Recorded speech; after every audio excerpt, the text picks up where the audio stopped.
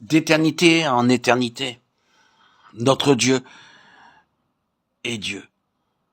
En tant que tel, il n'est limité ni par le temps, ni par l'espace. Un aspect particulièrement significatif est que Dieu est le Dieu de l'aujourd'hui. C'est celui qui est toujours maintenant. En d'autres termes, avec Dieu, le concept temps n'existe pas. Cela ne signifie pas cependant que le Seigneur exclut le temps. Cela veut seulement dire qu'il n'est pas lié par lui. En tant qu'être humain, nous divisons le temps en périodes. Nous disons qu'une certaine période, c'est le passé, qu'une autre, c'est le futur, et qu'une autre encore est ce que nous appelons le présent, aujourd'hui ou maintenant. Lorsque nous, êtres humains, nous pensons au temps, nous pensons toujours au passé, au présent et au futur. Mais lorsque nous entrons dans le domaine de Dieu, son temps de référence est toujours maintenant, car il n'a pas de passé, il n'a pas de futur, parce que ce qui est passé est encore présent pour lui, et ce qui doit encore arriver est aussi présent pour lui. Encore une fois, je ne dis pas que pour Dieu, il y a absence de temps. Ce que j'essaie d'expliquer ici, c'est que le temps tel que nous le concevons ne peut pas s'appliquer à Dieu. Notre temps est réparti dans le passé, le présent et le futur, mais Dieu a seulement l'éternel maintenant, un présent, ininterrompu. Pour lui, il n'y a ni passé ni futur auquel il soit assujetti. Dans l'Écriture, Dieu est aussi appelé Yahweh. Ce nom signifie qu'il est éternel, maintenant et pour toujours. Mais dans Apocalypse 1.4, il est appelé celui qui est, qui était et qui vient. C'est un autre aperçu de Dieu. D'un point de vue humain, il nous apparaît comme celui qui est, qui était et qui vient, nécessitant en ce qui le concerne l'emploi d'un passé, d'un présent et d'un futur. Cependant, la Bible ne fait usage de ces temps en parlant de Dieu que lorsqu'il est vu du côté de l'homme et de la compréhension qu'il a de Dieu.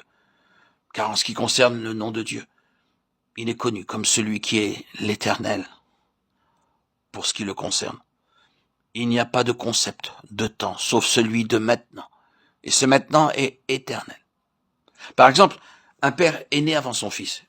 Et ce « est » n'est pas seulement vrai aujourd'hui, mais aussi vrai pour toujours. Dieu est le Dieu du maintenant. Il est Dieu maintenant et d'éternité en éternité. Cela est vrai pour toujours.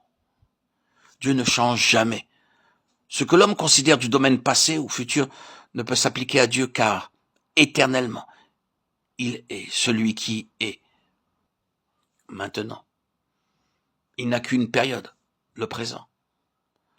Dans l'épisode de Moïse et du buisson ardent, Exode 3, Dieu révèle à son serviteur son nom. Je suis celui qui suis. Le temps pour ce je suis est maintenant, le présent. L'intention de Dieu, c'était de montrer à Moïse que ce qui concerne sa propre personne, il est le Dieu du maintenant. Sans la foi, il est impossible de lui être agréable, car celui qui vient vers Dieu doit croire qu'il est, et qu'il est le rémunérateur de ceux qui le cherchent. Hébreux 11.6. Tous ceux qui désirent plaire à Dieu doivent avoir la foi. Quelle foi doivent-ils avoir? Ils doivent croire qu'il est « je suis ». C'est l'expression d'une auto-reconnaissance, ce que Dieu dit de lui-même. Il est. D'autre part, c'est la reconnaissance de sa personne par les autres. Les hommes ne doivent pas croire en lui comme en un Dieu futur ni comme un Dieu du passé, car ces périodes du temps ne sont pas liées à sa personne. Les sages de ce monde sont troublés par ces choses, car selon leur manière de penser, ils conçoivent les événements et les faits en leur donnant une connotation passée, présente ou à venir. Cependant, dans la pensée de Dieu, il n'y a ni passé ni futur.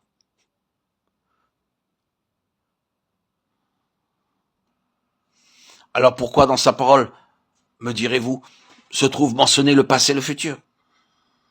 C'est parce que Dieu parle aux hommes par sa parole.